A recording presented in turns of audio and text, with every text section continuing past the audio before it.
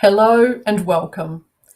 Thank you all for coming along to the 8th in a series of disaster recovery conversations brought to you by the Victorian Council of Social Service. I'd like to begin today by acknowledging the traditional owners of the land from where I'm presenting, the Wurundjeri people of the Kulin Nation. I pay my respects to their elders past, present and emerging, and of course I extend that respect to all Aboriginal and Torres Strait Islander peoples here today. I would also like to acknowledge and thank the Lord Mayor's Charitable Foundation, which has generously provided the funding to allow this conversation series to take place. I'd also like to introduce and acknowledge Tyson Bowl and David Childs, who you'll see on your screen, and they're our Auslan interpreters for today. Just a reminder that we are recording and will be transcribing today's conversation so that you can share it across your networks. And if you've got any questions for any of our speakers, please submit them on the Q&A tab on your screen. So today, I'm really pleased that we're here to talk about community-led disaster recovery. Communities, of course, know themselves best. They know who they are, they know what their values and their priorities are. Communities have unique skills, assets, interests, and awareness. And community-led recovery, which is a term that we're hearing bandied about more and more, is really about using the strengths and capacities within a community. It's about lifting that community up and supporting it to recover from an emergency or disaster, supporting it to renew and to reinvent. We're going to hear from 3 speakers about community-led recovery this afternoon, each of whom brings a really different perspective. We're going to hear from a researcher, a woman who's currently supporting her local community to recover from the 2019 and 20 bushfires and pandemic, and from somebody with lived experience of the 2009 bushfires who now brings a longer-term perspective. Enough from me. I'm really pleased to introduce to you our first speaker, Celeste Young. Celeste is a collaborative research fellow at Victoria University who specialises in collaborative end-use-based research, which is very much solution-focused. Celeste's work has been used across climate change, industry, risk, workforce, social and economic, communities, policy and industry. Her work's been applied to large systemic issues like risk management of natural hazards, as well as diversity and inclusion in emergency management. Celeste specialises in research that she calls working from the inside out, and we're going to hear a little bit more about that. And it's really about how to find solutions from within a community. And last year, Celeste and her team undertook some really important work and important research into community-led recovery in communities in Gippsland following the Black Summer fires. Welcome, Celeste. Thanks, Bridget. All right, so we're just going to start today. I would like to just first of all thank the Victorian Council of Social Services because they've been a key partner in this project. So what I'm going to be talking about today is a project we undertook in 2020, and it was primarily undertaken from September to December. So it's a snapshot of a community at that particular point in time. We did a case study of East Gippsland and Wellington community shires following the bushfires, and we were looking at strength and capability in those communities in relation to recovery. This was funded by the Bushfire and Natural Hazards CRC and also the Victoria University Planetary Health Alliance. We also had support from Emergency Management Victoria and Bushfire Recovery Victoria and Health Issues Centre, who helped out with the online forum.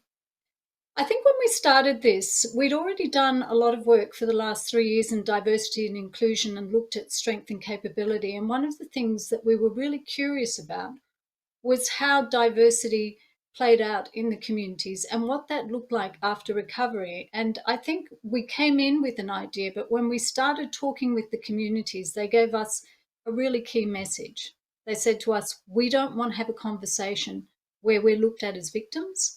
We want to have a conversation that we can take forward and do something with. So, sorry, I'm just trying to excuse me, it's new technology. So as Bridget mentioned, we do work specifically with end user based methodologies, which is called transdisciplinary, which means that we bring expertise from all sorts of different disciplines. We don't just rely on what the research tells us, and we blend them together to find solutions.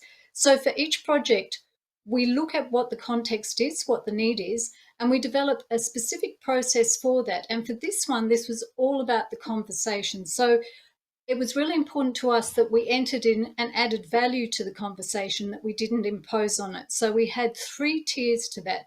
One was the big picture conversation, which was basically where we went and looked at the literature.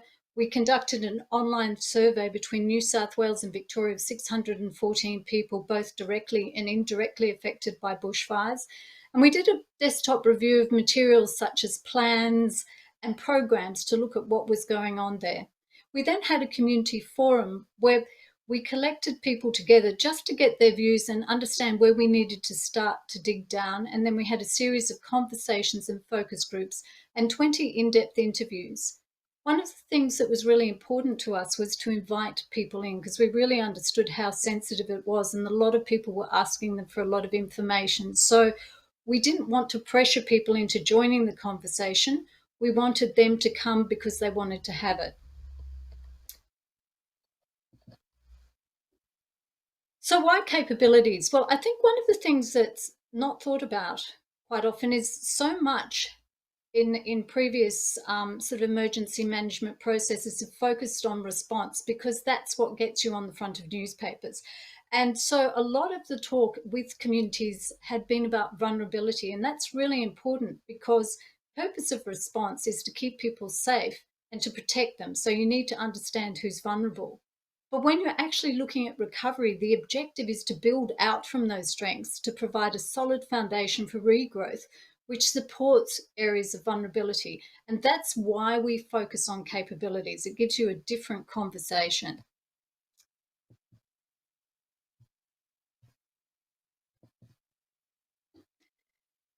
The first thing we looked at is, what are you actually recovering from? So we mapped all of the events from 1997 right down to 2020. And as you can see, that these areas, these communities are no strangers to natural hazards of all sorts of varieties, and including droughts. But I think what became very apparent if you start looking at the bottom part of this is that they start to get closer together, and you've got the bushfires in 2019, 2020, and the drought, which had dried everything out. So this experience was vastly different, because then COVID came in over the top of that. So what that actually did was it created a situation where, first of all, the fires played out differently. They were there for longer, they were more intense. Some areas were under threat for a number of weeks. So as one person said, there was not really one day where they could actually say that, the fires are finished, we start recovering. It was just an ongoing process for them. So in many cases, when they actually got to recover, many of them were already quite tired. But then COVID hit and people were pushed into lockdown. And what this did was hothoused the actual impacts from the fires, and it increased senses of isolation. It also created difficulties because you had people who had to isolate who didn't necessarily have homes in some cases. And in one case, there was 11 people who were living in a 2-bedroom house. So it created all sorts of different sorts of situations that people hadn't had to deal with before. But most importantly, the communities are just becoming together to make sense of what they'd experienced. And this process was disrupted. It also highlighted that the current recovery processes are no longer suited to the events communities are experiencing. And it's very, for me, a watershed moment. It's like the Black Saturday bushfires fundamentally changed how we thought about response. These bushfires have changed how we're thinking about recovery, because what it brought to light was a number of long-standing issues that were in a lot of the reports, and also came through in the interviews where people were saying, we keep communicating, we don't feel we're heard, we're not getting what we need to support us, our issues aren't being addressed. And we feel also that there's a transactional relationship with some of the agencies where they come in and help us during the event. But after the event, it's very hard to actually understand how to get access to those people. So some of the things that really became apparent to us in terms of community was, so often community is put forward as a word that describes a whole blob of people. It doesn't look at communities as diverse in themselves. And these communities were immensely diverse, and they had an abundance of strengths and capabilities, but they were nuanced and they were unique to each community. And they really reflected the different cultures and subcultures of those communities and the cohorts that were in them. What was interesting, however, is some of the cohort capabilities of some of the more diverse elements, like people who identify as having a disability or people from multicultural backgrounds or Aboriginal communities, were not always well understood by the communities either around them or the communities they were within. So to give you an example, what we found was people who identify as having a disability, actually a lot of them could deal quite well with bureaucracy because it's part of their livelihood to be able to manage that. So those who were able actually had quite advanced skills in that area. The most important capabilities to these communities, which underpin their social functioning, are often not visible, which is one of the reasons why they're not valued. So in the survey, 72% of people actually said that they've thought that generosity and care was the most important strength that they had, but also the thing that was most needed. And this came through very strongly in the interviews as well, that it was really important. That was how their communities function, but we're not actually valuing that or measuring it in the emergency management processes.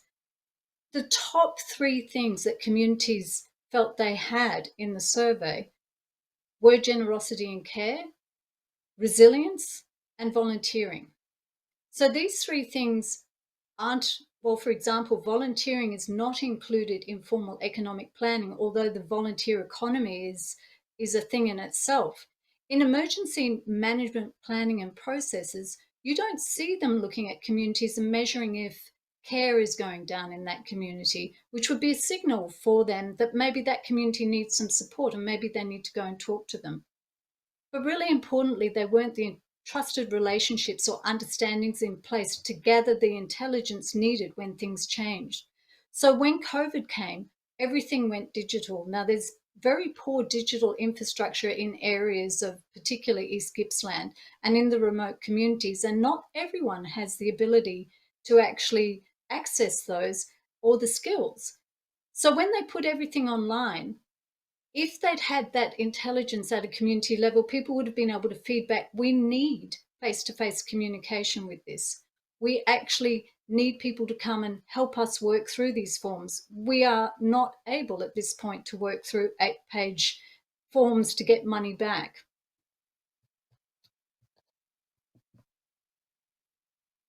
Oh, sorry. It's not going forward. The other thing that really became apparent is the way that capabilities are thought about is quite often they're collected as buckets of things that you have. So you have what they often call social capitals, or they'll collect them as human capitals, financial capitals. And what that tells you is what they are and how much you have.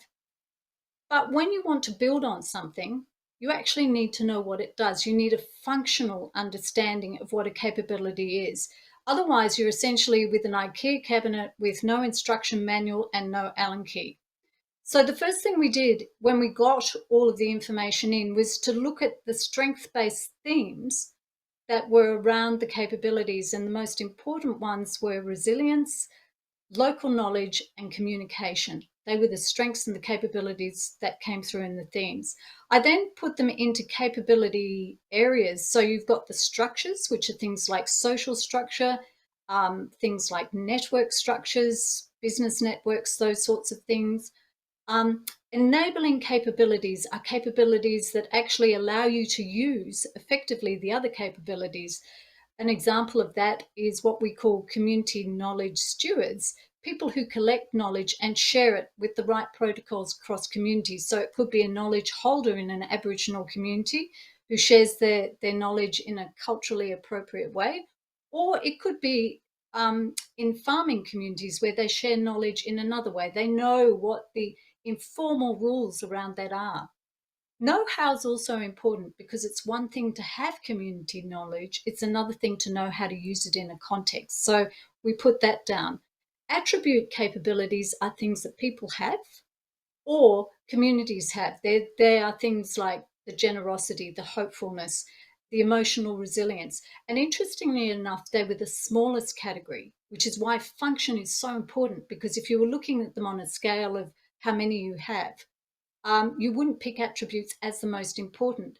But attribute capabilities are actually the ones that we need to watch the most in these communities. What sits around that are all the community-based assets where they manifest, things like the cattle yards where people collect, the buildings that they collect, the networks, the newsletters, all of those things, the farmers, the actual social structures, the knowledge holders, they all sit around that, and that tells you how they manifest in the community. Just very quickly with this one, what was interesting, this is just a snapshot of whether they were variable, which meant that we couldn't, there wasn't a solid read in all communities, whether they decreased, whether they increased or been maintained. What was fascinating with the variable and decreased ones, they were primarily, a lot of them were to do with forms of resilience, financial resilience, decreases in businesses. And they're really the ones to watch because they are the signals that tell you when a community needs support. But the ones that are there that grew were really interesting. Because of COVID, people had to find other ways of doing things. So they found different capabilities, particularly in artistic communities. People started writing books as ways of trying to make sense of what they could, reaching out to other networks. I think it's really interesting and important to point out that there are structures within communities like faith-based communities and arts that actually can help people process very difficult emotions that have to date been underutilized. But I've noticed there's been an explosion in recent months in East Gippsland in the artistic communities. So you can see that it's not always, I thought it would be a big decrease, but it's actually 50-50. And it is interesting. It would be great to go back and reread that again and see where they've got to now, because I'm sure it will have changed, because this is just a snapshot. Oh, sorry. So just in wrapping up, sorry, this is very sensitive, my apologies, I haven't used this before. Recovery is really a long-term process. It's inherently messy and imperfect. And it's so important to understand the communities, their social structures, how they communicate, who's who in the zoo, and who to talk to, and build trust with them prior to events. Because otherwise, when you come to an event, you actually don't have those pathways into the communities, and the communities don't have the pathways out to be able to actually respond following the events. Because when people become traumatized, they will go back to what they trust. Listening is really important, and I think, there's been a lot of focus on that. I've been watching a lot of the programs, but how it's undertaken is really important. It has to be inclusive. It has to accommodate people with different needs. So, for example, if you are listening through digital medium, someone pointed out to me that people who identify having a disability can't necessarily read apps if they're blind. And I'd never thought of that. So that's why it's really important to be able to access that local knowledge. But more importantly, what happens afterwards is really important, because somebody actually, I'm going to read this out because it really made me think, this quote. They said, sometimes it feels like we're just a means for other people to make money. We're not a business opportunity. We're a community who needs support. It feels like somehow people are trading in our tragedy. So when the communication goes wrong, it becomes a deficit conversation like that, where people feel they're giving out something but not getting anything back. So in our report, we didn't put recommendations. We actually put in actions needed, because that's what the community members told us they wanted. There's a real need to build new ways of working, structures and understandings, and there is certainly a will now to start to work towards that. But there's a lot of work to be done, and people are building the bridge as they go, and often they will drop bricks. So the question is not whether you drop a brick, but what happens when you do. I think I just want to finish off by saying sometimes I think what gets lost in the emergency management conversation is that communities are the human face of the emergency management system, and they really tell us whether it's working or not. And I think, when you're talking about community led, the reason why that's so important is because, as Bridget said, they know what they want. They know when it's working, when it's not, and what they need to make it work. So please feel free to contact me if you'd like any further information, and there's the website for the report. Thank you very much. Thank you, Celeste. What a great presentation, and a really quick presentation and overview of what is some really extraordinary and really in-depth research. And I know that when Celeste started the research last year, she was hoping it would be done fairly quickly, but as she went into communities and really started to dig into what these communities were saying and telling us, that it became obvious that this was something really, really important. Celeste, I've got a couple of questions for you, if that's okay.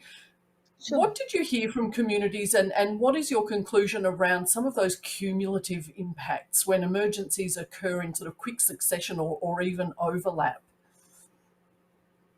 Look, I think one of the things that isn't being thought about is what that actually does, because most of the people who respond and look after the communities become tired and exhausted. So there was a lot of exhaustion, and what we were hearing, particularly because the volunteers support so many people in those communities, uh, we were actually hearing people saying, we're not sure that we're going to continue doing this. We don't know if we can continue to volunteer.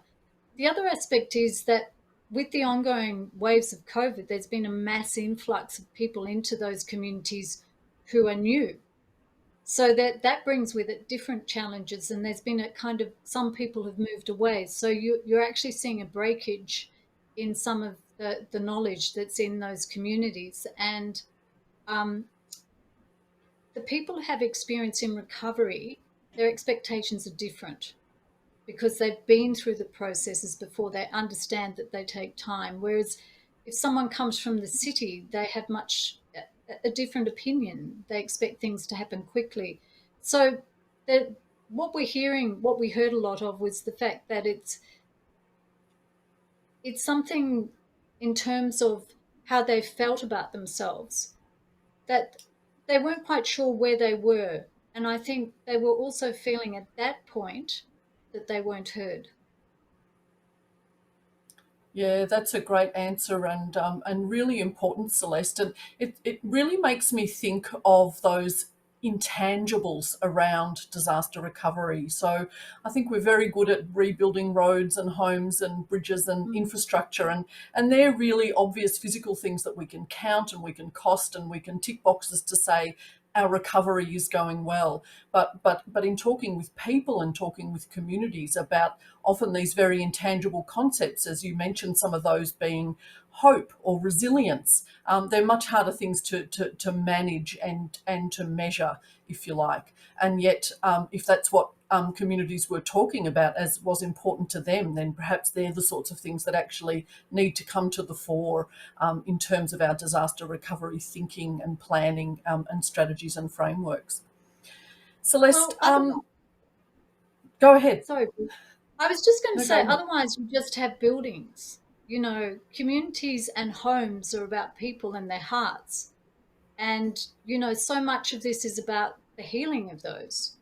And there has been quite a profound trauma in these areas, and many people are starting to heal from that. But I think it's going to be, something we're going to learn a lot from these communities when they want to share it with us.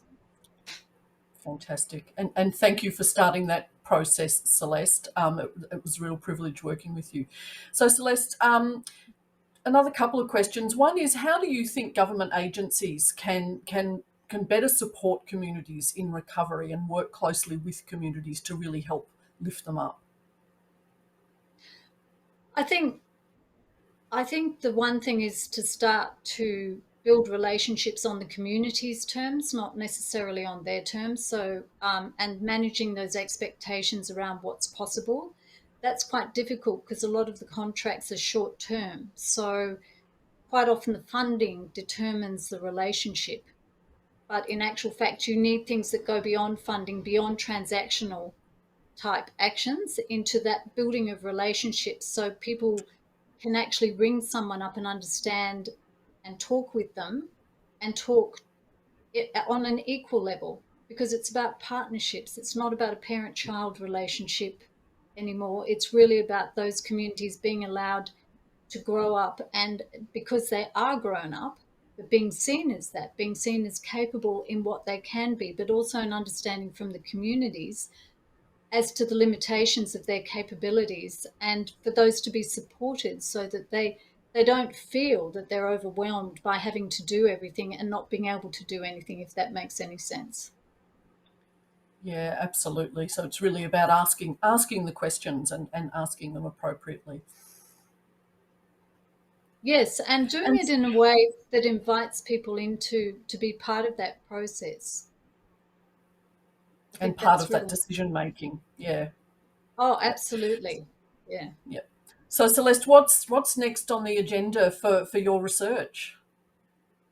Well, I think one of the things we think is really important is to get a longer term project in relation to mapping these capabilities and really starting to understand them more deeply with communities, and looking at how communities, what they feel they need, and starting to collect the data around that so that that conversation with government can be had, and those things become visible, and they can see how they're useful. Fantastic. Well, we look forward to watching and seeing what comes from Celeste Young at Victoria University, and all the various partner organisations and people that she works with. Celeste, thank you so much for coming along and sharing in this research today. It is absolutely fascinating research and really, really important research. There's a copy of Growing the Seeds on the website. If you simply Google Growing the Seeds and Celeste Young, you'll find it. It's also available on the VCOSS website and the Victoria University website, of course. Thank you, Bridget, and thank you to the Gippsland community who participated in this. They were just fantastic. So, Absolutely. I know you've made lots of good friends and colleagues down that way. Thank you, Celeste. thank you. Thank you to Celeste. What a great presentation. I'm really pleased now to introduce our next speaker, Leanne Jennings. Leanne is the manager of the Bairnsdale Neighbourhood House and facilitator of the Rural Minds workshops.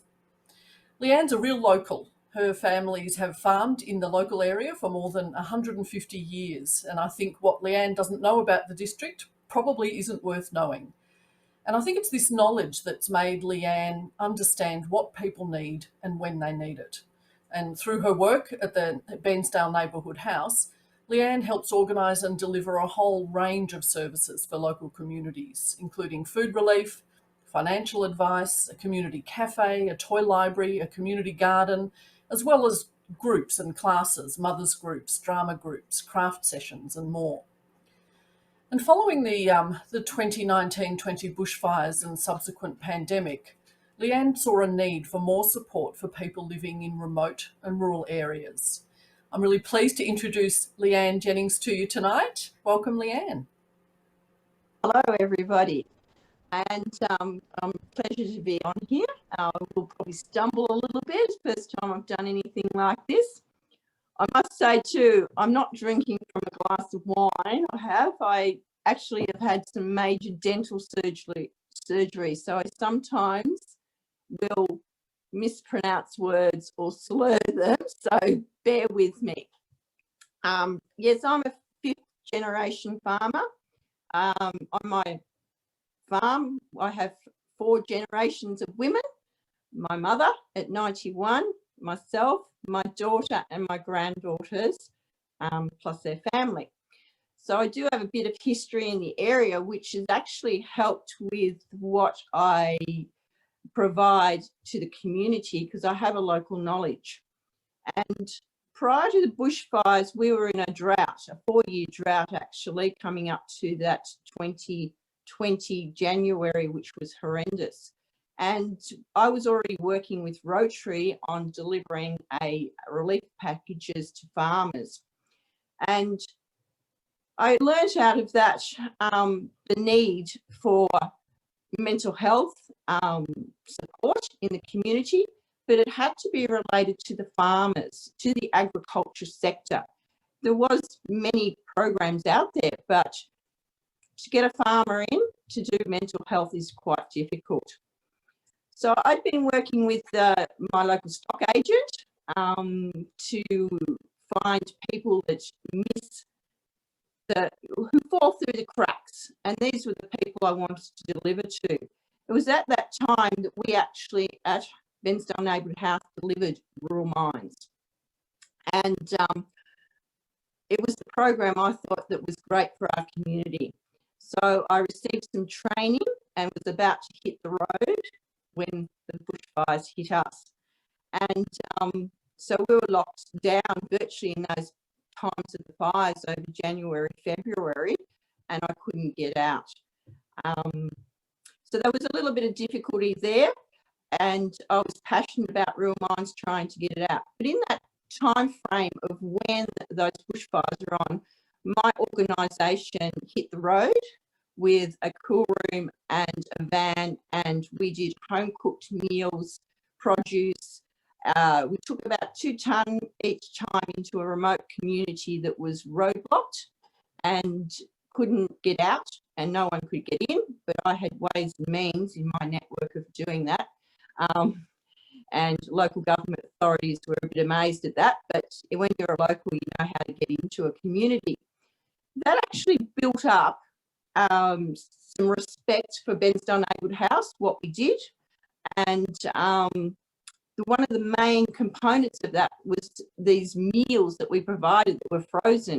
And you can imagine these people during the bushfires who were either waiting for a fire to hit, a fire had hit them, they were trying to patch up, they may not have lost their home, and they were extremely tired. And of a night they said, if we could just come in and heat a meal in a microwave that was nutritious and delicious and their style of meal, because we cook shearers meals, as I call them, it helped tremendously.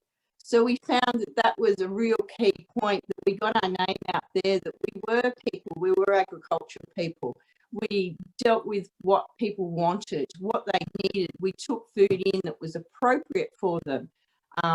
We took in medical supplies and other items that were needed. We individualised our drop-offs by getting community champions in those communities who I knew myself, and they had collated people so that we knew exactly who we were delivering a hamper to, if they had children, if they had disabilities, if they had elderly there, if they needed incontinence products. So we built up that rapport with people by providing these great hampers. Of course, we were mentioning that we were going to come back with a great program, Rural Minds. I also am a drover. I drove cattle to the high country, so I go through Dargo, so most of the people in that area know me as well. I also compete with doing cramp drafting, which is a form of sport with horses. So I'm well known in many fields in East Gippsland or further afield. I go to the local sale yards. I sell my own cattle. I buy my own cattle.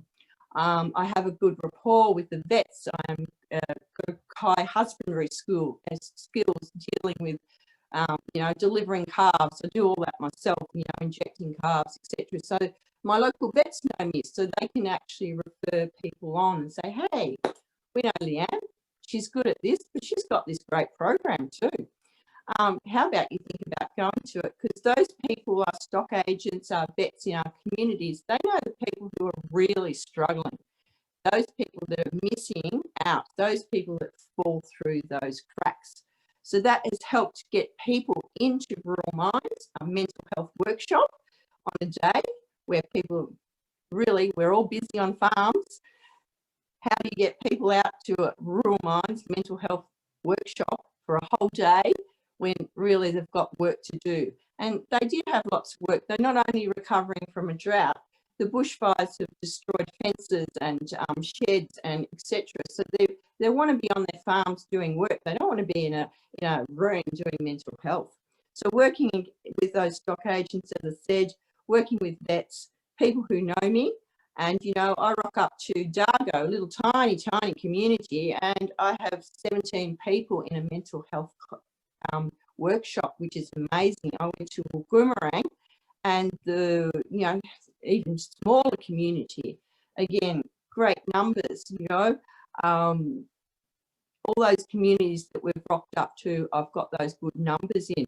Again, I coerce people. I go to Dargo and I've got 4 family members of my droving team, but very important that they're there because one of my droving companions committed suicide, and that family hasn't still dealt with it. So I was giving them those skills through Rural Minds to hopefully address those issues in that family regarding that suicide. I rocked up to Rural Minds and I have 3 family members from a very horrific accident with one of their siblings during the drought, and a farm accident which took his life, and I know how to tailor my Rural Minds to meet those communities because I do know those communities. I know them really well. I know people in them. So my agency helps because we have been I've been at my agency for 26 years now. So that's helped. I'm a long-term farmer, so that's helped with getting people in the door to do mental health, which is difficult. We have to just look at those current stats that came out just today of 3,139 suicides in 2020. So we need to get mental health out there. We need to break down that stigma. We need to talk, and the agriculture sector is one of the hardest to deliver mental health, as I keep repeating, of course.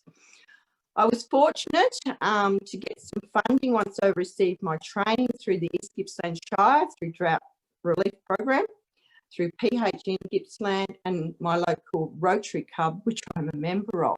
So without that funding, I couldn't go out because it costs for the resources I use in the workshops, the travel, my time, etc.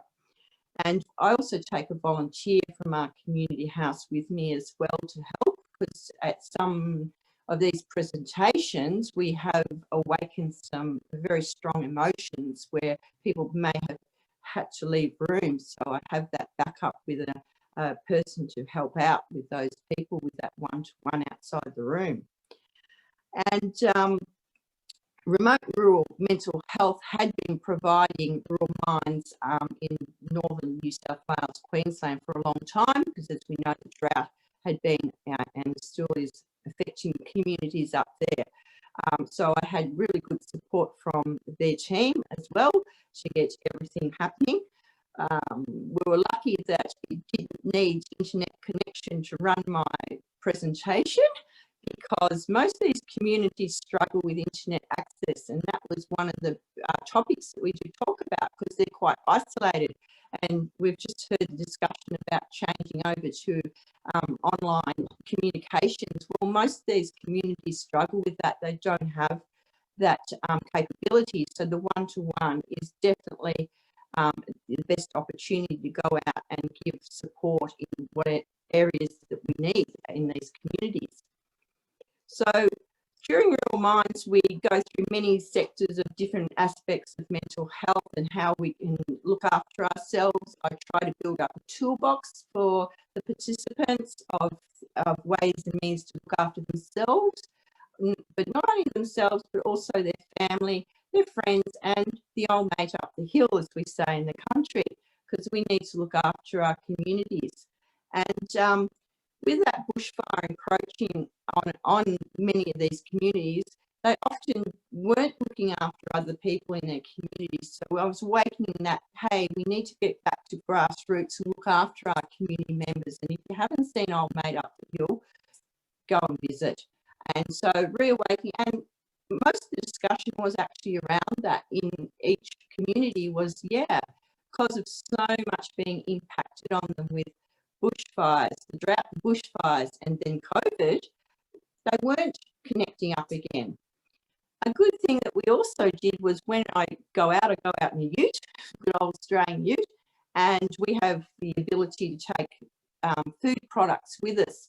So we're taking like bags of onions and pumpkins and, various goods like that. So the host organisation are often then putting on community lunch or dinner with those products afterwards. So not only is Rural Minds delivering something on the day that is hopefully helping that community, it's also providing those resources that can continue to keep that group activated and helping their community. And a long-term goal of mine, which I'm trying to work on now, is that we can, myself and my team, can go into those communities now and deliver some goods, some food, some items that can continue those community lunches, dinners, because that's been expressed that around food is what people relax and get together and have a good time, have a talk, and it strengthens their ability to address mental health in their communities. So that's a project I'm working on that's come out of Rural Minds. And so in this toolbox that's gradually being increased during the day, I use different resources. I don't know if many people have heard about the trademark mutt shirts that people now use, the tradies. They're like a really vibrant work shirt, high vis, but with loud colours on them. So I wear one of those, and it's that start a conversation. How do these people in rural situations start the difficult conversation about mental health? So I utilise the shirt a lot, turn my back and say, read the back, start a conversation. We also found what was really successful, and we actually thanked people all over Australia who actually donated to Bairnsdale Neighbourhood House financial donations. And at the time of the bushfires and for the preceding few months, there was a lot of help out there. In fact, our community was overwhelmed with support in donations that were financial, even like bedding and food and clothing. In fact, we actually had a sign at Bairnsdale at the end that we weren't accepting any more donations because we couldn't cope with them. But that soon disintegrated. Like, it was that initial couple of months. So during Rural Minds, and we get to the end of it, we were lucky that I held back a lot of that financial money. So when I go out with Rural Minds, we take a envelope with $50 in it. And that $50 I talk about at the end of the sessions is to spend locally, which helps the local shop to go and buy a loaf of bread, bottle of drink, some sliced ham, maybe a pack of biscuits, and have a conversation. Now that has taken off. The people actually love that very small way of bringing people into a conversation. It works fantastic. $50, yeah, to us it's a lot of money, because when I'm having 15 participants for the house, it's a lot of money, but we did have some resources. They are getting thin, but we can still continue to do that $50, spend locally, take Old Maid up the hill, take your family and have a break. Because in these communities, the mental health issues is a lot to do with you're stuck on these farms. And I'm a prime example. I haven't been off my farm in 5 years overnight.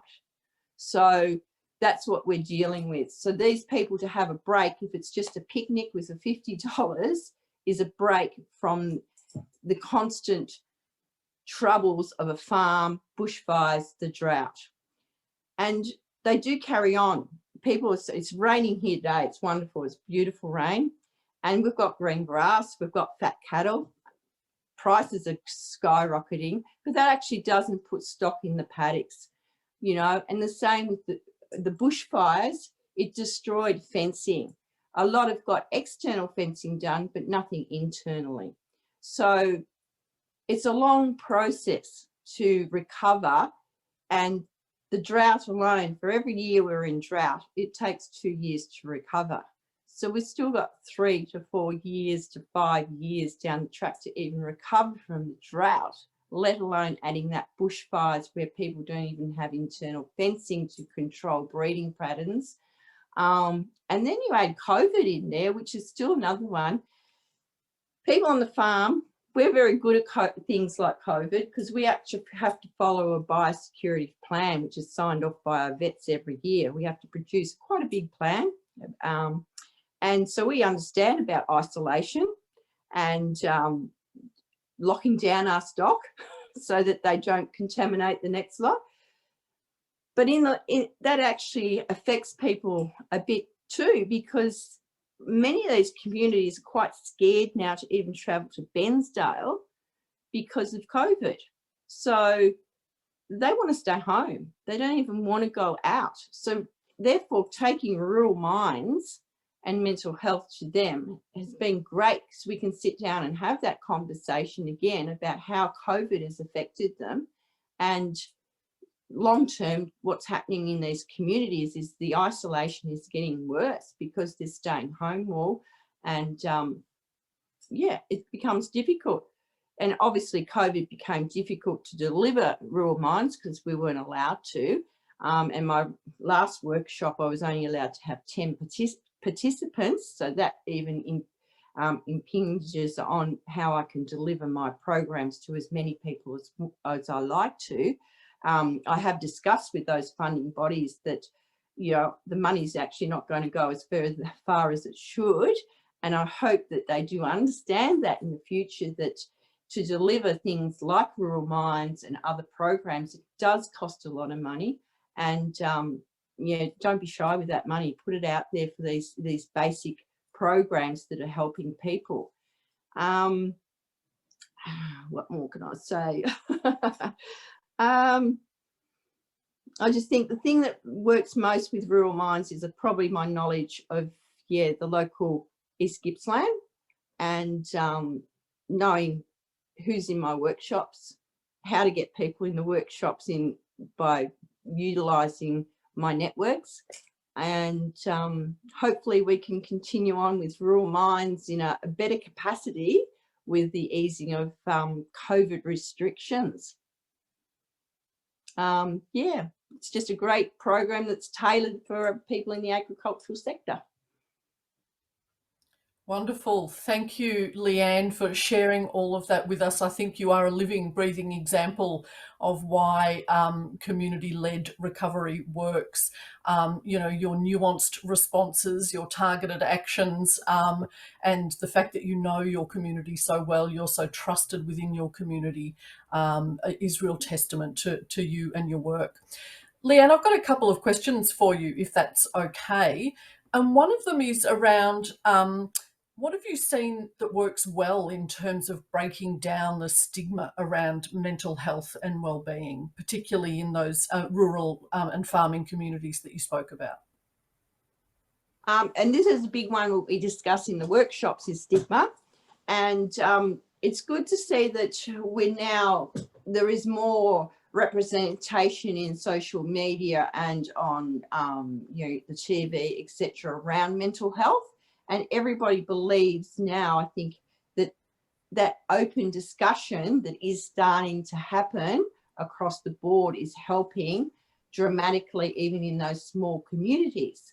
And local bush nurses, which have increased in our area, thankful to some funding, are really on the ball with breaking down those stigmas, because they're, you know, they know their communities so well, and they're usually able to have those conversations and get them started. So the bush nurse, and they're promoting mental health, as in mental health and well-being. So having those people on the ground is really helping out here in remote communities. That's fantastic answer, Leanne.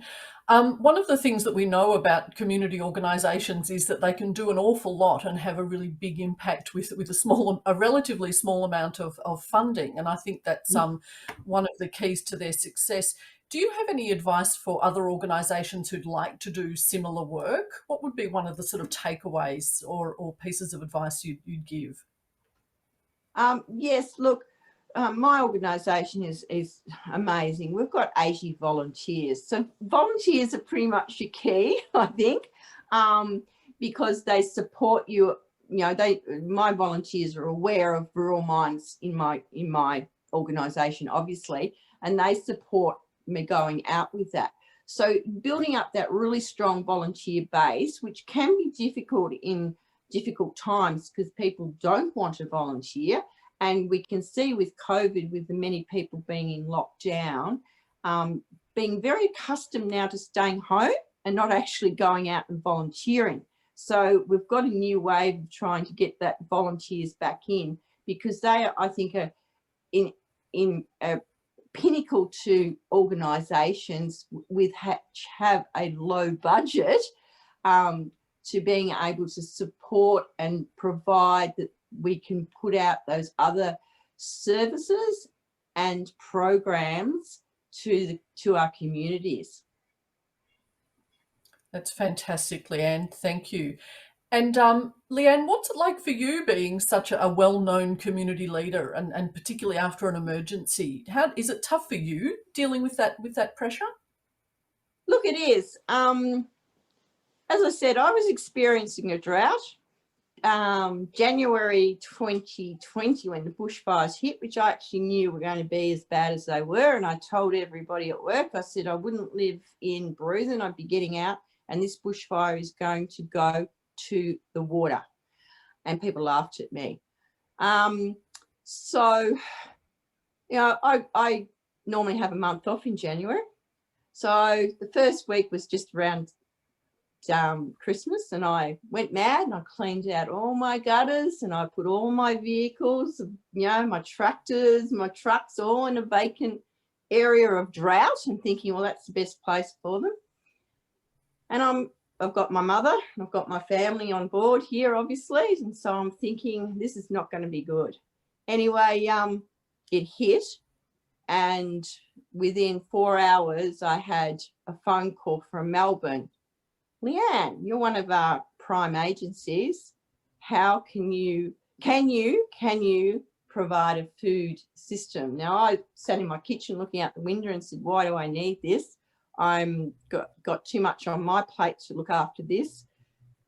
But it then hit home, it's not about you, Leanne, it's actually about your community. So I committed to doing that. And then the next thing, I'm in at work and non-stop, we had the Sikhs cooking 1,000 meals a day out of our kitchen. We had our own food supply on the road, and I was going in at 6 o'clock in the morning. And look, it takes its toll, yeah, but it's about your community. And I was brought up on a farm with that same feelings of it's your community, you've got to look after it, because really no one else does. Yes, they do in a certain instances, but we, as our knowing that local knowledge, we do it. So that's a prime example. That happens all the time. There's a disaster, there's something wrong. Ring Leanne. So I get lots of phone calls, and even those personal calls or messages late at night, there's this issue. So yeah, it takes its toll. I think in the first presentation we talked about tiredness. Yeah, I get exhausted, but yeah, we soldier on. My volunteers get exhausted too, but we soldier on because we really haven't stopped. We've had drought that we're doing, and we were doing a really large response to that. We had bushfires, we did a really large response to that. And COVID, we've been doing a response. My organisation hasn't closed its doors once. But you learn resilience. And I was thinking about this presentation and how do you build resilience? And look, I was brought up as a kid that you fell off your horse, you got back on. Literally, I was told, get back on, crying your eyes out. And I just put that in play now. Next phone call, yeah, how do I deal with it? Next requirement, what do I do? And I think those basic skills of being on the farm and yeah, has just put that instilled that into me too. Yeah, and my community is my soul, because I've seen people change so much by just giving them some TLC. That's wonderful, Leanne. So I hope you're getting as much as you are giving, because you are giving a truly extraordinary amount. You and your volunteers, obviously, and huge thanks to all of them as well. I've got a message that's come through in the chat that says, it just goes to show that a truly localised grassroots approach implemented using a trusted local identity is the way to go. Well done, Leanne, and well done from VCOSS. Well done from everybody who's tuned in today. Leanne, thank you so much for sharing your story with us. It's been an absolutely incredible story. You've given us lots of hope and inspiration, and all the best for you in the coming months. Thanks, Leanne. Thank you. Thank you, everybody. We're going to take a quick break. It'll just be a few minutes, give you an opportunity to stand up and stretch your legs, grab a glass of water, grab a cup of tea, or even a glass of wine, as Leanne insisted she wasn't having. And we'll see you back here in a few minutes. Thank you. How to start a community project in just 10 steps. Step 1. Idea. Do you have an idea for a project? Great! There are simple steps you can follow to give your project the best chance of success. Step 2. Research. What gap in the community does your idea fill? Is there a need? Is your project already offered somewhere nearby? In some cases, advocating for changes or joining within existing projects might be the best way to achieve your goals, rather than starting a new project. Nothing currently available? Time to lead your own project. Step 3. Recruit your team. Have you talked with your family, friends, neighbours and similar groups in the area? What groups, businesses or organisations might be able to help you? A partnership or team will give you more energy and support. If you get a team, be sure to clearly define who is responsible for each task. Having a team also helps to show that there is community support for your idea. Step 4. Now some detail. Do you need funding to support your project? Many projects can be run with surprisingly little funds. You may find that donations of goods, services, venues, and people's time are the most valuable resources for your project. If you are considering applying for grants, try linking in with other organisations or groups to help you apply and manage the money. Step 5. Location, location, location. Do you need a venue for your project? You can approach your local council, sports or hobby club for casual room hire. Use the great outdoors or think outside the box for other options. How will people get there? Have you thought about access to public transport? How often will you need it? And what time will best suit the people that you want to come? Step 6. What if something goes wrong? All projects have risks. Identifying all the risks, you can be confident that your team is ready to handle any problems that arise. Plan ahead. Have you thought about insurance or incorporation? If you are not ready, look into partnerships to help you with these. Do you need permits or special permissions for your project? Talk to your local community development council worker. Do you need a Working with Children's check or food handling certificate? These can often be done online. Step 7. Get the word out. There are lots of options to tell people about your project. Consider which will work best for your audience and idea. Step 8. Growing your project. How can you improve your project and keep it going? Consider whether your team would benefit from training, such as project management, grant writing, marketing or promotion. Or maybe something specific to your project like art or exercise skills. How did your project go? Step 9. Measure your success.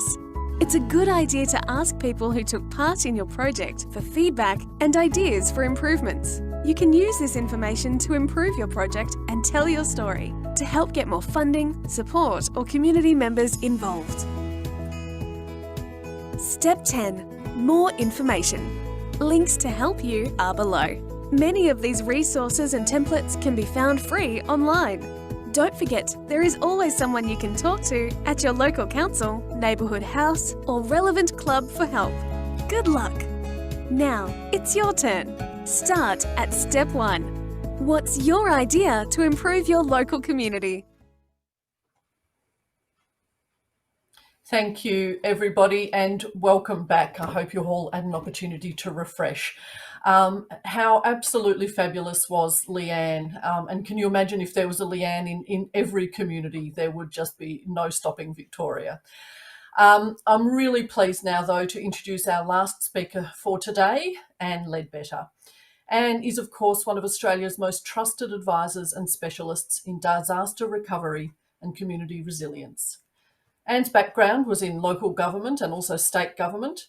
She's highly skilled in community engagement, crisis management, research, education, emergency management, as well as planning, policy and public speaking. Anne, of course, understands the experience of emergency and disaster, having been affected by the fires during Black Saturday in 2009. Anne brings with her knowledge, wisdom and compassion to all people that have been affected by emergencies. Anne mentors community leaders affected by disasters, and her guidance and experience is relied on by a wide range of communities, organisations, government and groups. Welcome, welcome Anne.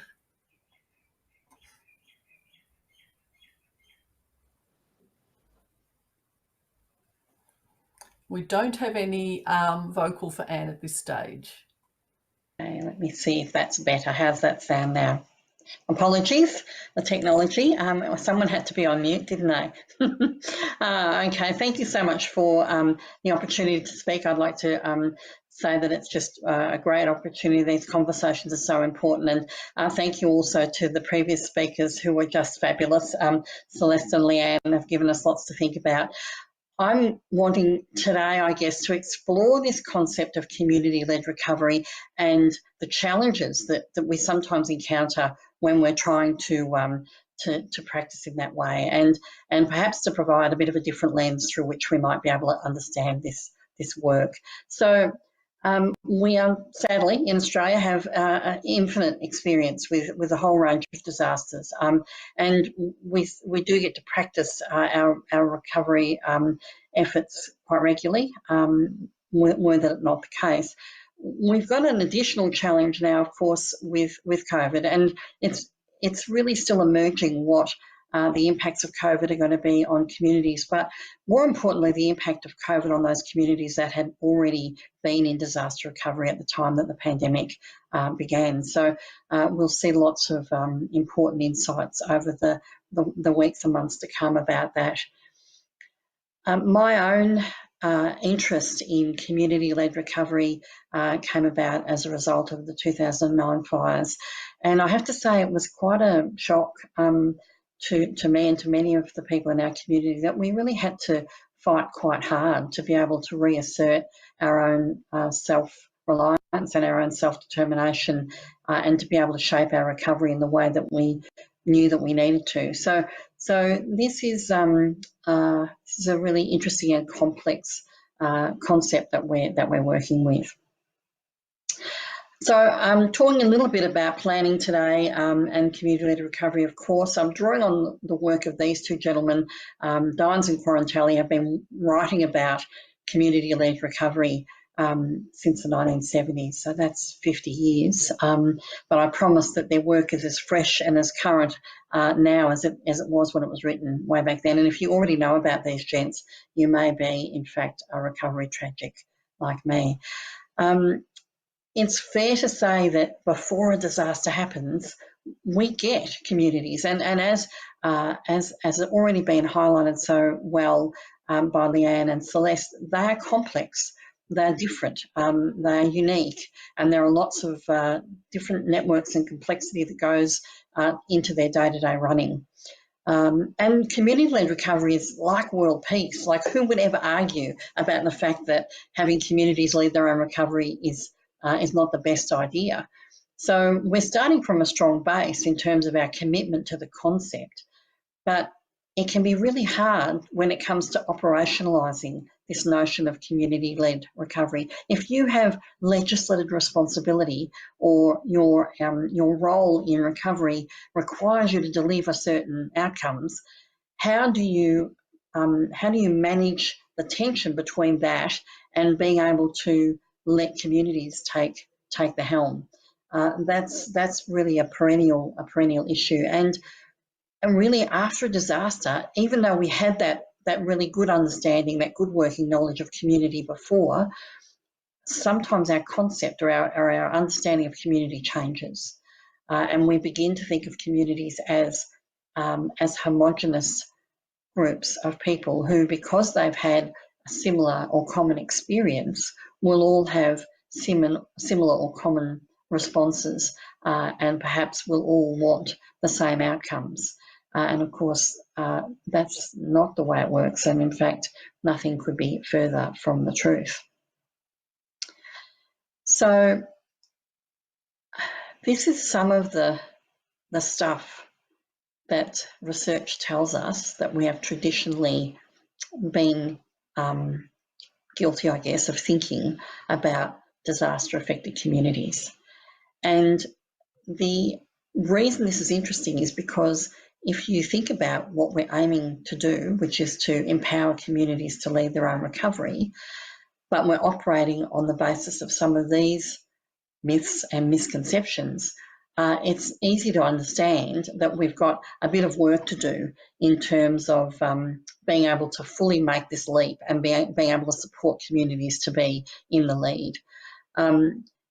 I'd like to say that I think a lot of this thinking is shifting, but it's still there, and we do still encounter it. And we encounter that idea that whilst the rhetoric around community-led is fine before the disaster happens, once the disaster occurs, we're much more comfortable with command and control, and that we tend to default to that way of working.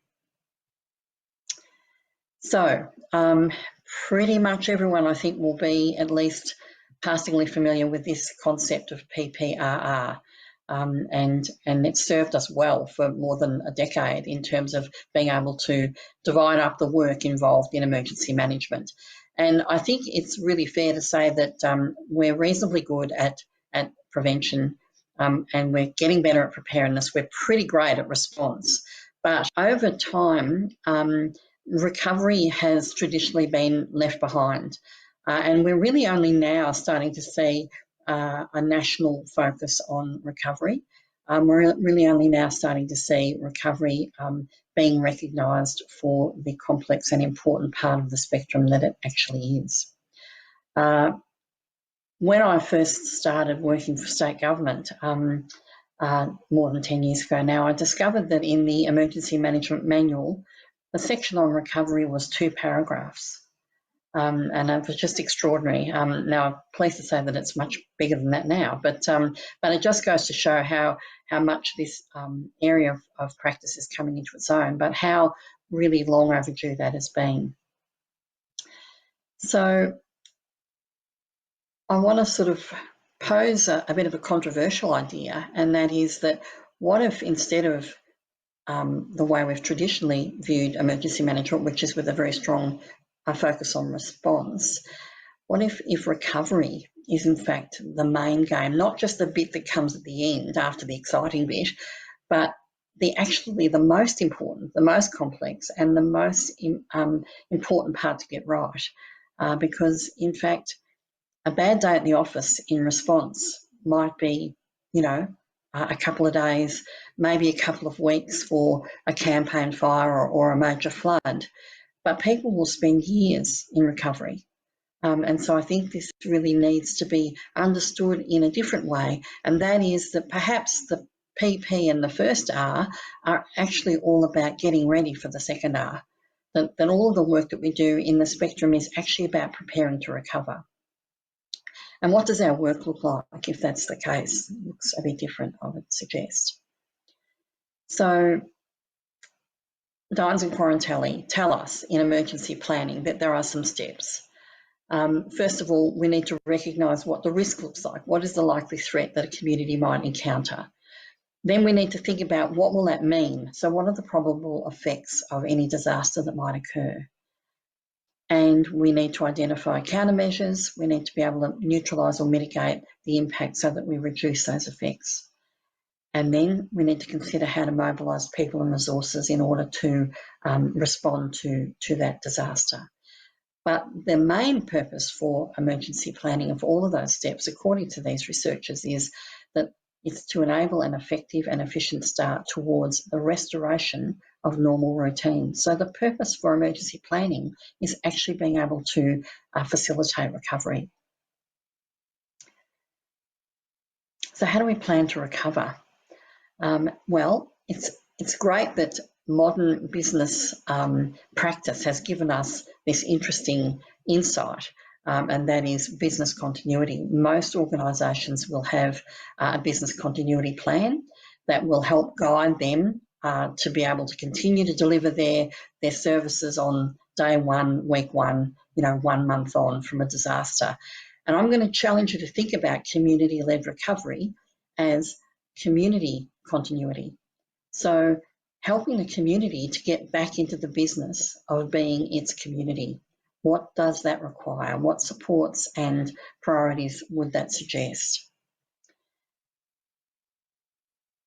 So instead of a spectrum of sort of individual stages, community continuity suggests more of an integrated approach, so that we see where prevention, preparedness, response and recovery intersect. That is where we actually can support and facilitate community continuity, all within the relevant context for that particular community, because continuity will look different for different places, and we need to be able to understand that nuance and to be able to tailor our continuity plans to the community that we're working with. Now, apologies for those who've heard me talk about the ants before, but I think it's a useful analogy. And the story goes like this. If you stomp on the ground near an ant's nest, there's a fairly predictable reaction, and that is that the ants come pouring out and they rush about and they bump into each other, and their antennas will be wildly flailing, and the scene really resembles a fairly chaotic post-disaster sort of landscape. We're seeing what looks to be utter chaos. But if we watch for a bit longer, we see things starting to settle down and the ants begin to return to role. And so we have the security ants that will fan out to the perimeter to see whether the threat is still in existence for them. We have the engineer ants who will be doing the rapid impact assessment of the nest.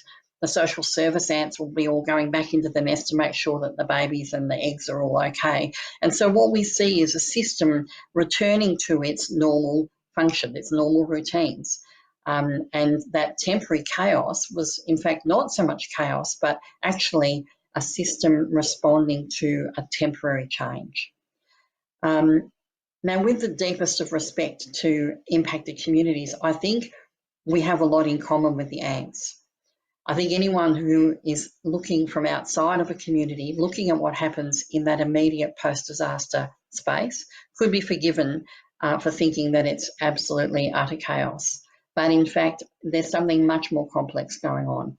And what we're seeing is all of that local knowledge and those connections and networks and roles and responsibilities being resumed and being brought to bear on the impact of the disaster. Now, Dines and Quarantelli have observed that for many community-based recovery mechanisms look untidy, particularly to people who have an expectation of a very neat model of bureaucratic efficiency, and that those responses can be viewed as undependable for people who don't understand the capacity of communities to cope with adversity. And we've heard very compellingly from Leanne about that. And they can also be understood as chaos or confusion, but in fact they're not that. They are in fact a realistic outcome of the involvement and resources of many segments of the community coming together in the accomplishment of common tasks. So we have a lot of myths about what we see in that early stage, and indeed as the recovery progresses, we need to understand what it is that we're seeing. part of being able to work effectively to support community-led recovery or to support community continuity is actually about understanding the community.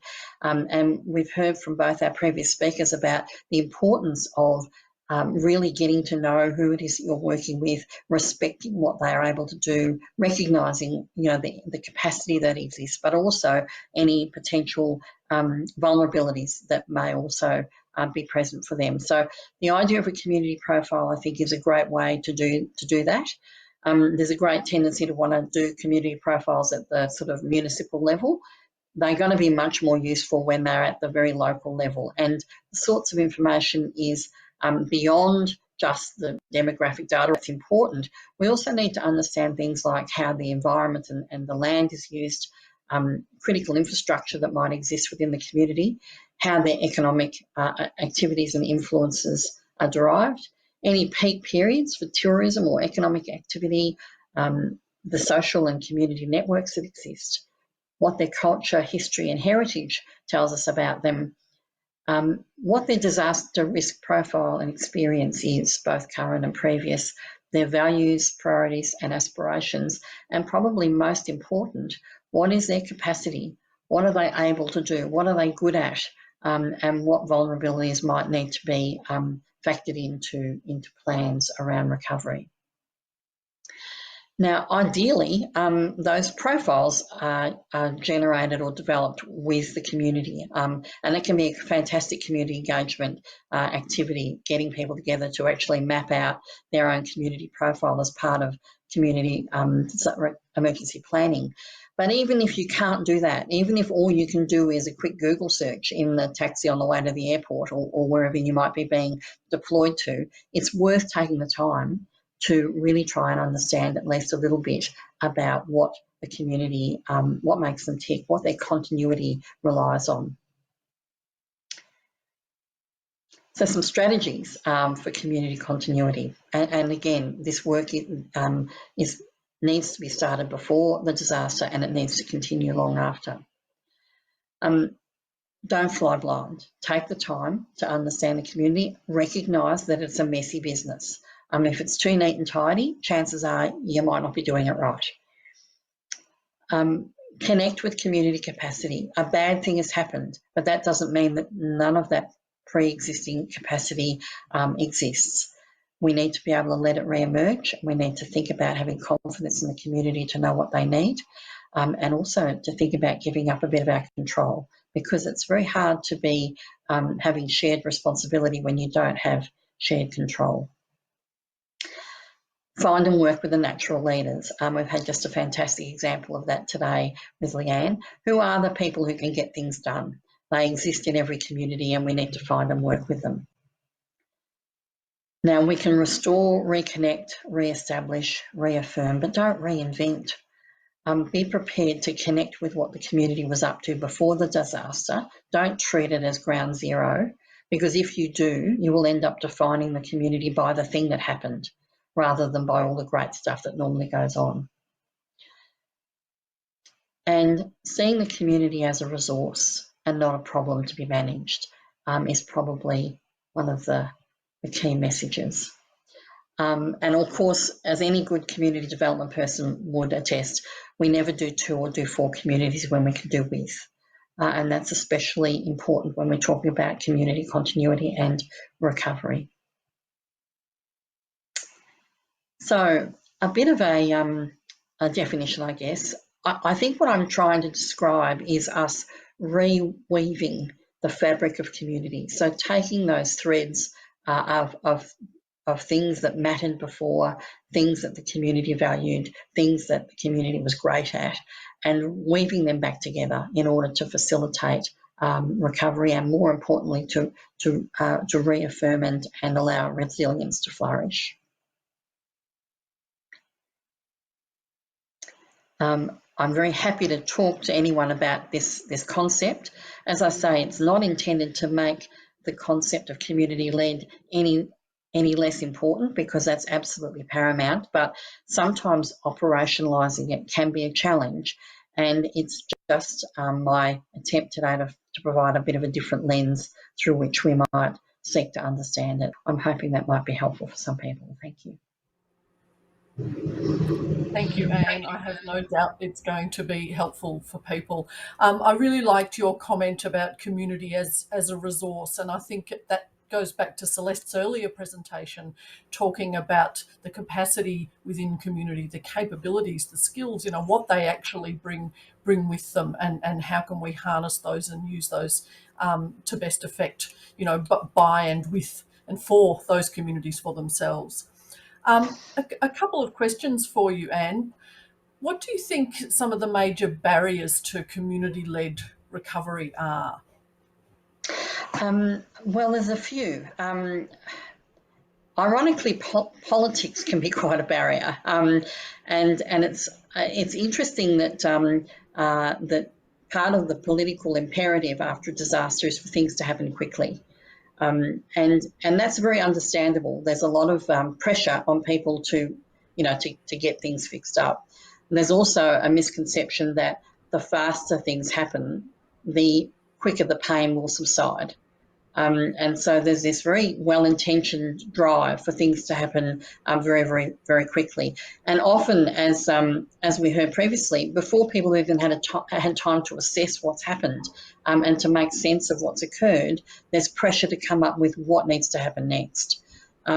So we need to be able to afford communities time to regroup, time to grieve, and time to really explore and understand what the impacts of the disaster have been before we can ask them to try and project into some uncertain future and to be able to articulate what that needs to look like.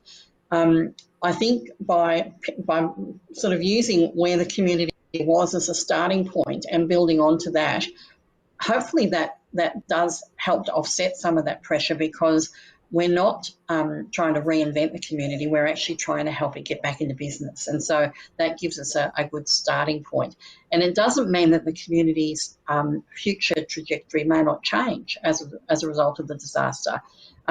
Things may be different, but at least if we start off from that familiar point, people will be able to imagine a way forward a bit more easily than if we're assuming that nothing can be the same. I think there is an inherent messiness with observing communities being impacted by disaster, and there is a bureaucratic drive to kind of tidy things up, and that's understandable as well. It's not easy. I mean, trying to work out in a community, what does community-led look like? Who in the community does the leading? How do I know I'm speaking to the right people, the right sources of information? How do I know I'm not being, encouraged to support a project that the broader community doesn't want? So it's complicated. But again, if we go back to what was happening before, and we think about that continuity approach, then it's easier to find those community leaders, the people who've held those positions of community responsibility, because they will have already been on the Progress Association or the School Council or the Chamber of Commerce. We can sort of use that as our starting point.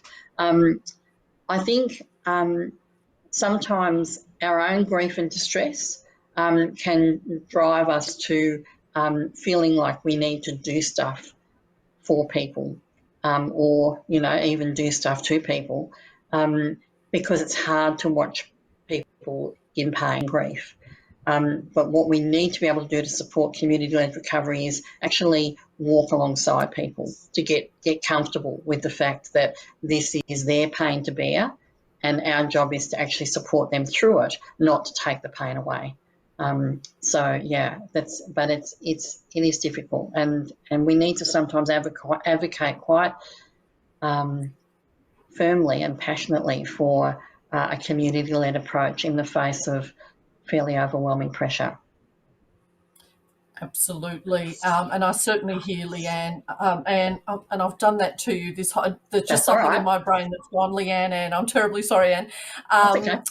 Around the long-term nature of recovery, and I think your comment about wanting to sort of wrap things up and solve people's pain, and have the houses and the streets rebuilt, it is a very natural human kind of reaction, if you like, but I think it's really important that we remember the long-term nature of recovery. And I know that following the 2009 bushfires, there are still people in communities that were affected by those fires that would say, we are still recovering. We haven't reached an end point. There hasn't been a point at which this is neatly finished. This was, you know, a collective trauma and grief, and it's a very much an ongoing process. Yeah, that's true. And I think we think that we sort of arrive at recovery station and all hop off the train, you know, and of course it's nothing to do with that. And I think my lesson has been that recovery is actually about finding a way to take the experience with you. It's not about getting over it or getting past it. It's actually about finding a way to carry it with you as part of who you are. And that takes time too. So, and it can take different amounts of time for different people depending on the way they've been impacted. Yeah, absolutely. And I look back to what happened with some of the funds that were raised during the 2019-20 bushfires and the enormous pressure for that money to be spent, you know, those communities need it now. But for those of us with a bit more experience are really aware that actually that need is going to be there for quite some time, and it's perfectly reasonable to have some of those funds in reserve ready for when those communities might need it. And we've had a question come through from one of our attendees who's wondering about your thoughts about when COVID and noticeable numbers of new people to a district might mean that community capacity and local knowledge is changed or is low, or that, you know, that there's new people. What are your thoughts on that? Yeah, that's a great question. I think it's really important for us in terms of doing our profiling that that's not a set and forget, that we recognise that communities evolve over time, sometimes quite rapidly. After a disaster, the community demographic can change substantially and very quickly. And similarly, we're seeing, yes, this sort of tree change wave, if you like, of people who are choosing different ways to live because they can now work remotely or whatever that might be. So I think we need to be prepared and pragmatic about the fact that just like a relationship takes work, our understanding of community takes work, because it's a profile is a snapshot at a point in time, but it's a snapshot in a dynamic environment. So, you know, there needs to be a willingness to go back and revisit what we know about communities and to look for those drivers of change and understand what the implications of those might be. Absolutely. Thanks, Anne. And if I think about many of our rural and regional communities that over the past 10 or 20 years have seen huge numbers of people from multicultural and diverse backgrounds coming often, you know, with little English or little knowledge of the risks and hazards that we face, and how well some communities have embraced those and brought them in, and others have found it more difficult. It really makes me also think that that's a great question. Just one last question for you, Anne, is around that building the capacity around preparing to recover. And I really like that concept. What's something that you recommend that communities can do to do that, if you like? Yeah, look, I think the big thing is acknowledgement of risk. So nothing happens in preparedness unless there's an initial acknowledgement that, yes, this bad thing could happen. And so it's about encouraging communities to be not fearful but pragmatic and realistic about the risks that they face. And then starting to plan proactively for managing those risks. And the great thing about preparedness is, and you know, community planning is that there's a spin-off. Even if you never have a disaster, you know, there's great outcomes in terms of building relationships and you know, building capacity and learning more about each other. That means that it's work that's worth doing, and it will contribute to resilience even if there is never a flood or a fire or a cyclone. So I think what we can certainly do is try and work to help people understand realistically what risks they face, and then to encourage them to accept those risks and be proactive in terms of building plans around that. You know, what will happen to you if our town experiences this thing? What will that look like for you? What will it look like for your family and for your business and for your, you know, friends and neighbours, etc. So, yeah, I think just getting that that sort of recovery planning piece better sort of embedded would be just a great outcome.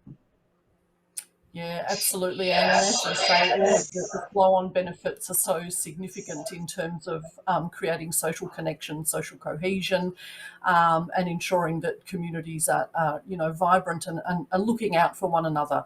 And it's certainly some work that VCOSS is doing in the climate change space, is looking to understand what climate adaptation might look like at a local level, and as you say, all the flow-on benefits from that as well. And thank you so much for making the time to come today. Your experience and your insights, as always, extraordinary. Can I just say a huge big thank you to all of our speakers for coming along today. A great big thank you to Celeste, Leanne and Anne, and I finally got Anne's name right at the very end of the day. Thank you to all of them for making the time to come along. A very big thank you to our Auslan interpreters for helping to make this event accessible.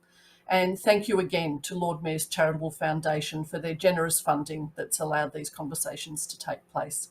And finally, thank you all for attending. Thanks for making the time on a Thursday afternoon.